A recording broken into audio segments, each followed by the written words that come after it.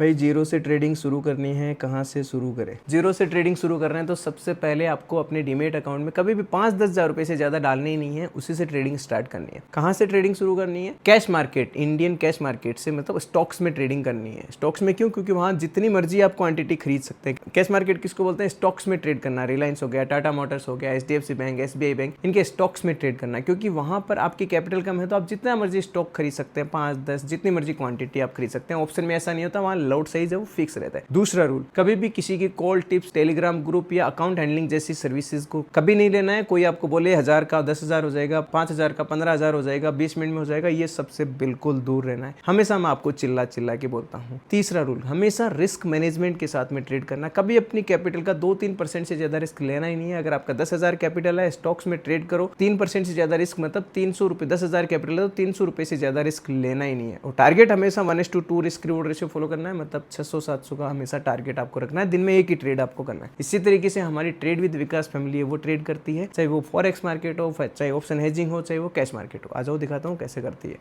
सिखाने के बाद खुद के एनालिसिस से। यहाँ पर इन भैया का देखो, क्रिप्टो में है 3,000 रुपये, 3K का अनरिलीज प्रॉफिट।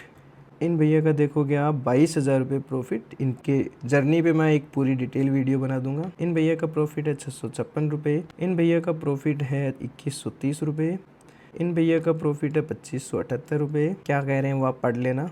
इन भैया का प्रॉफिट है $40 का, मतलब 4,000 रुपये का। इन भैया का प्रॉफिट है 594।